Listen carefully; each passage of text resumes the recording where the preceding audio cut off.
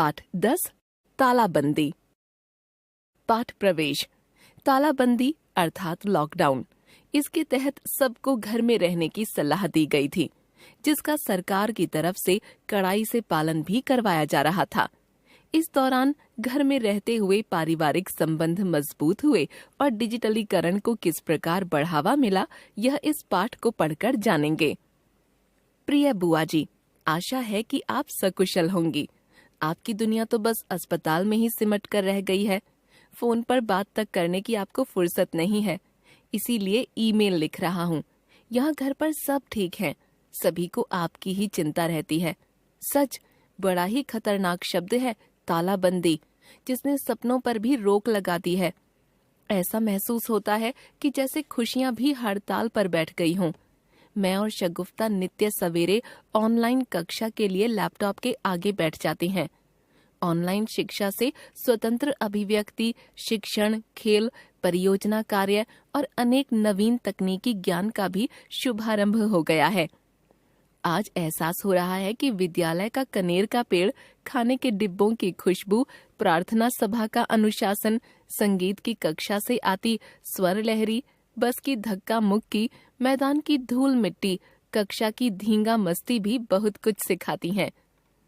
हम अभी तक यही समझते थे कि देशभक्त तो केवल स्वतंत्रता सेनानी और सेना के जवान ही होते हैं, लेकिन आपको देखकर समझ आया कि देशभक्ति तो एक विचार है, भावना है।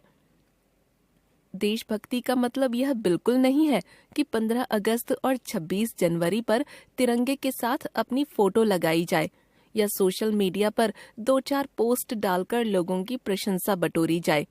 जो व्यक्ति अपने स्वार्थ, परिवार और समाज आदि से ऊपर उठकर देश हित और मान सम्मान के लिए तत्पर रहे, वही सच्चा देशभक्त है।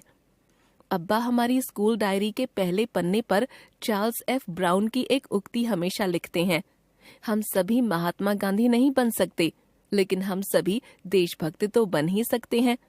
अब्बा के इस मूल मंत्र को आपने पूर्णतः चरितार्थ कर दिया है। अब्बा बड़े गर्व से सबको बताते हैं कि उनकी प्यारी बहन एक कोरोना योद्धा है। शगुफ्ता ने भी पुलिस जवानों, सफाई और बिजली कर्मचारियों के लिए कुछ शुभकामना संदेश कार्ड बनाए हैं। कोरोना संक्रमण का झंझावात अपने साथ कुछ सौगातें भी लाया है। तालाबंदी से पूर्व सड़कों पर गाड़ियों के दौड़ने से ध्वनि प्रदूषण हो रहा था।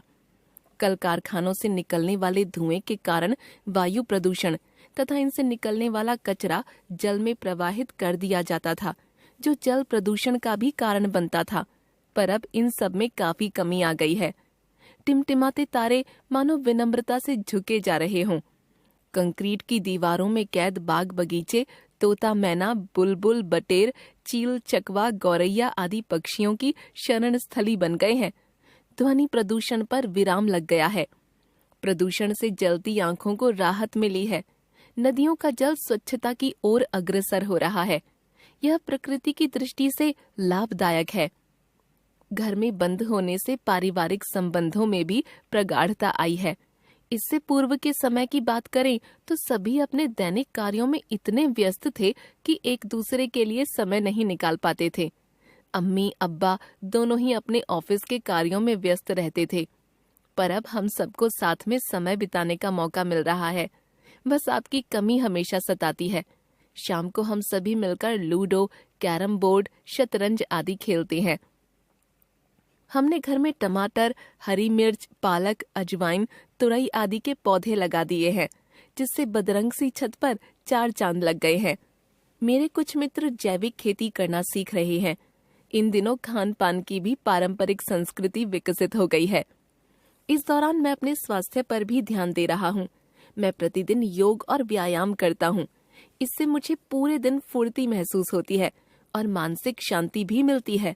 साथ ही मैं और शगुफ्ता ऑनलाइन एरोबिक और जुम्बा की कक्षाएं भी ले रहे हैं। मैंने YouTube से सीखकर सबको केक भी बनाकर खिलाया। जब आप घर आएंगी तो आपको भी अवश्य खिलाऊंगा। आज कोरोना काल में एक और बात बखूबी समझ आ गई है कि स्वयं को स्वस्थ रखना, नियमों और कानून का सख्ती से पालन करना, विचारवान और विद्वान बनना भी आवश्यक है। मैं सदैव यही कामना करता हूँ कि आप पूरी निष्ठा और धैर्य से अपने कर्तव्य का पालन करें। अपने स्वास्थ्य का भी ध्यान रखिएगा। आपका भतीजा साहिल।